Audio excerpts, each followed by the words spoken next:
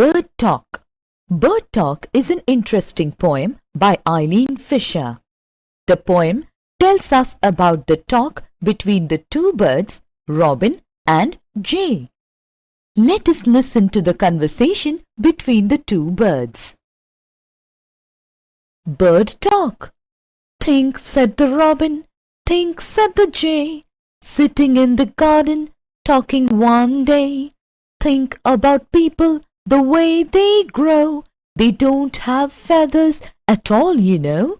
They don't eat beetles, they don't grow wings. They don't like sitting on wires and things. Think, said the robin, think, said the jay.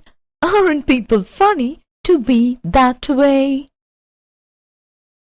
New words. Feathers.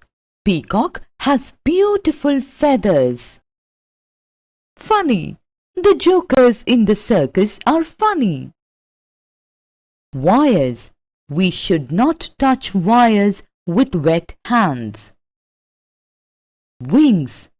The birds fly with the help of wings. Bird Talk. The poem Bird Talk is about the conversation between two birds. Have you ever listened to the sound of any bird? Can you identify the sounds of different birds around you? Let us hear the sound of some birds around us.